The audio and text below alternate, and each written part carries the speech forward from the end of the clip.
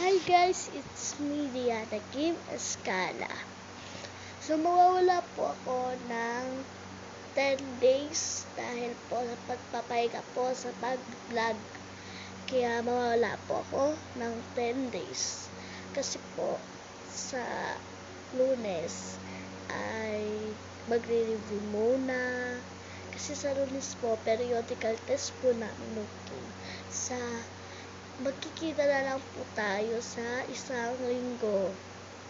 Yun ha. Tatandaan ko yan sa isang linggo. Magpapahinga po na ako ng isang linggo. So kasi wala naman talaga nanonood sa akin, pero okay lang sa akin. So, yun. Bye-bye muna ha. See you next time.